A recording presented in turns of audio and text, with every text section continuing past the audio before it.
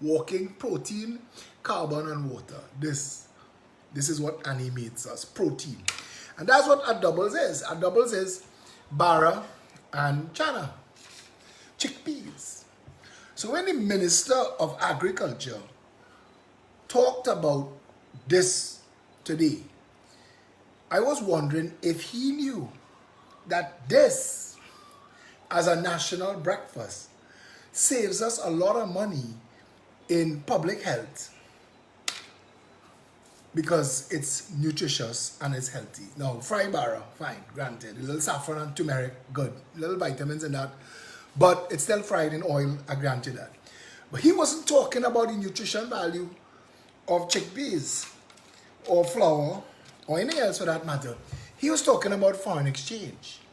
And he was talking about how much foreign exchange is spent on doubles and nothing in a doubles. The flour and maybe the oil and the chana are all imported, and I can't argue that point. But then I'm thinking, you went past Nestle. You went past Nestle, who 100% of what they do is imported, and 30% or more. I can't remember the exact amount that Mr. Cheeks told me when I was working Nestle all those years ago. There is a significant portion of the pre-tax profit Nestle makes that's sent to Switzerland as their share. Now, it doesn't leave Trinidad in TT dollars. Switzerland have no use for our money. So obviously, every single thing that Nestle sells in Trinidad and Tobago leaves here as foreign exchange.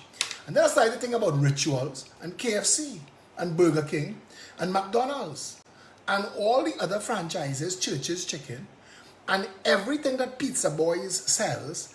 And I'm thinking, Clarence Rambarat didn't realize that Christian Mute and KFC, besides importing everything, including the Colonel's secret herbs and spices, has to also send KFC's share of the profit from the largest consumer of KFC in the world, that is one of the biggest contributors to heart attack and heart disease in this country. He didn't study that. When he was talking this morning, I was thinking, he went past Hadco, he went past peppercorns. Peppercorns is in business because 100% of what peppercorns sell is imported. If you stop peppercorns from wasting foreign exchange to import and sell the things that peppercorns sell, peppercorns will close down. In fact, Hadco, owned by the Haddad brothers, is an import business. They're not in the grow local and sell melangen and tomato choker business. They're in the import foreign brands business.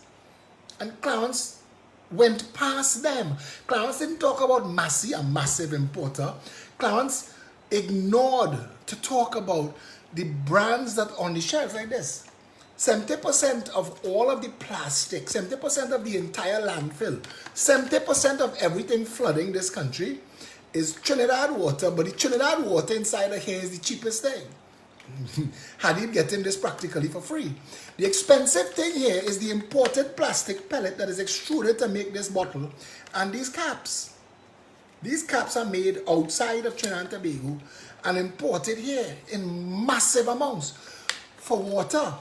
That if WASA did its job properly, captured, held, treated and distributed, put standpipes back on the road, you wouldn't need this. And I'm trying to understand, why would Clarence, of all the things Clarence could talk about that wasting foreign exchange, choose doubles?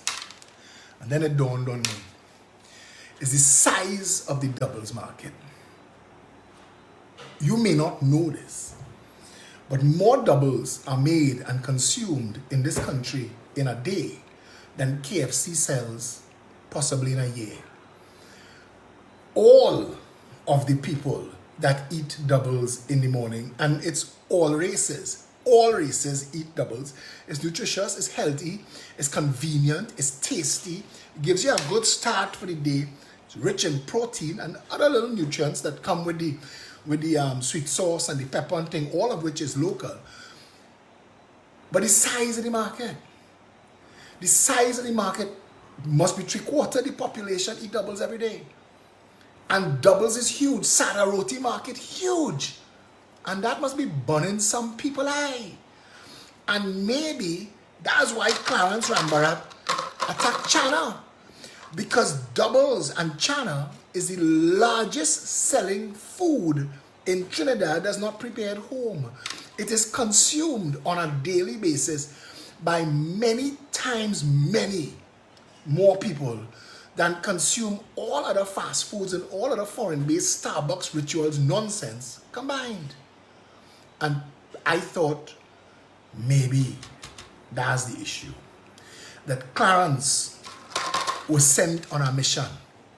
But I want to tell Clarence Rambarat, with all due respect, sir, if you want to save this country foreign exchange, then you get us into the business of growing breadfruit.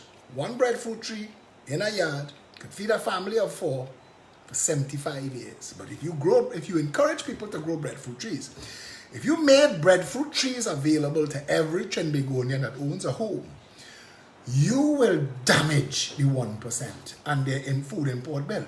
If you encourage people to stop planting hibiscus and frangipani and start planting mango and guava and soursop and pomerac and sapodilla, not only will we save massive foreign exchange, we'll save plenty money on public health, because now we will be reintroducing closer to the tree, better for me, nutrition. One guava has 5 times the vitamin C of any imported sun-kissed Florida natural orange juice in a box. And that's the point, that the Minister of Agriculture, who has control of hundreds of thousands of acres of fertile land, that if you are not making it available to farmers, Clarence, I still have the conversation that you and I had on social media. I still have it catalogued when we were working out how we could parachute seeds onto the Diego Martin Hills to grow trees where the fires had ravaged it and it's difficult to grow. Because other countries had done that. They shot seeds into the ground. You could, Clarence, you could change the national diet like that. You, Clarence Rambarat, could declare a healthier lifestyle for Trinidad and Tobago, go to the savannah and start to plant a set of plum tree, avocado tree, guava tree, breadfruit tree on all of the hundreds of thousands of acres of land available to you. Public land, Shagaramas, the whole of Shagaramas, and let people eat for free. The dotish knuckle draggers listening to this will say, people will climb over your wall and thief your fruit. Not if everywhere you turn. Nobody don't thief gravel on the ground for free. If we have more fruits and vegetables growing and dropping from trees on the ground than we could consume, then we will save massive amounts of foreign exchange and people will live longer, stay healthier. If you want to save foreign exchange, Clarence, and you want to help people live longer, we need to put a 500% tax on cigarettes. We need to go to British American Tobacco. Yes, that's the name of the company that owns West Indian Tobacco. And we need to go to British American Tobacco and tax it 500%, 1,000%, and send all that money to public health. Because all the people who smoking, killing themselves, and we, the taxpayers, picking up the bill. And then go and tax all of the foreign alcohols that come in this country 500 and 1,000%, because it's just getting people sick, advertising to them that you look sexy and people want to screw you more. But what you're really doing is destroying your system with alcohol, which is a poison. Now, the drinkers and the smokers, they're going to say, hey, Phil, we was with you until then. I'm making a point. They're not going to do it. But I want you to understand, long before you reach doubles, long before you reach the most consumed, most popular, most nutritious fast food, most economical, that's the important thing, you know. Doubles put people to work. Doubles send people through school when they didn't have money. The doubles man could have give you a doubles and make it a triples and say, hold that, a senior every day, or pay me when you come. KFC don't do them kind of thing. KFC don't throw in an extra box, an extra pack of fries because they know you. And fast food place not set up for that. The doubles box is community. The doubles box is on the ground. Everybody who working around that doubles box getting their money. The owner of the doubles box spending his money in Trinidad and Tobago. So I want to tell you, Clarence Rambarat, but I wrap this up here now. I know A is a distraction because your government is collapsing for sending people out to die in the Gulf who came here as refugees who y'all said could come. If you didn't want them to come here, we read to the public, since Manning was Prime Minister, there is a system, and I will be doing that live video tomorrow, showing Trinidad and Tobago exactly how the maritime security wall would work if they wanted it to. But if they set up the maritime security wall that stops the human cargo, they'd also stop the guns and the drugs and the funny money. And the government can't seem to want to get out of their own way to do that yet. Funny money and drugs flowing through this country for decades, and we've known about that. And governments have come and governments have gone, and they've not secured the border. Stuart Young, the Minister of National Security, said, can't secure the border, and I had to prove to him that they secured Cuba since the 6 days. That's 10,000 times the size of Trinidad and Tobago, nothing in and nothing out. Trapped them in the 6 days.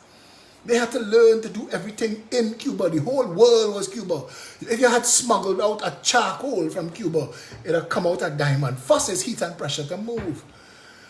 So again, the problem to me with Karen's statement today is either Rowley sent him to distract the public, get 500,000 Indian people saying this is dog whistle politics. Could be. It could be that that is what they're doing here, that this is a distraction, or wheels within wheels, because this PNM government, they don't act just so willy-nilly. Yeah, we want to distract you, but we also want to benefit our 1% financiers that we are shareholders with. So let's destroy the doubles market. Either way, we win. So what Trinidadians have to start to do is this. Yes, it's your government, and unfortunately you're saddled with them for until we could get another government. But until Clarence Rambarat really want to talk about the plastics that are ruining the landfill, that we don't have a sort and sift and bottle policy for yet, but you talking about foreign exchange, brother, we all have to collectively tell you with an abundance of respect, miss us with your bullshit. You obviously didn't think before you spoke. You are now on your second term as Minister of Agriculture and has done nothing to change the price of food in this country. And that's sad. Because when you come to talk to us about foreign exchange, my friend, we're supposed to listen. We're supposed to be guided. You're a government minister, you are a university lecturer, you are a journalist, a commentator in the paper, you are a lawyer. You have first world experience. You and your family were living in Canada until you got the nod to run for PNM. So all of these things should give you an insight in how to do things better. And Clarence, I want to tell you something. I still want to respect you. But when you do things like this, when you say things like this, it makes me wonder what exactly was the price of your soul that you sold it for to go into government, to do this Herculean amount of nonsense. Because the Trinidad and Tobago, I tell you this, tomorrow morning, bright and early, I'm going to buy my doubles. And I'm going to post a picture of that doubles. And I want to tell you, I am looking forward, I'm salivating now. There's no other food that I could think of, maybe a roti, that when I bite into it and I feel the juices flow in my mouth as all those tastes marry and come together, and I understand for a brief moment what God was trying to say.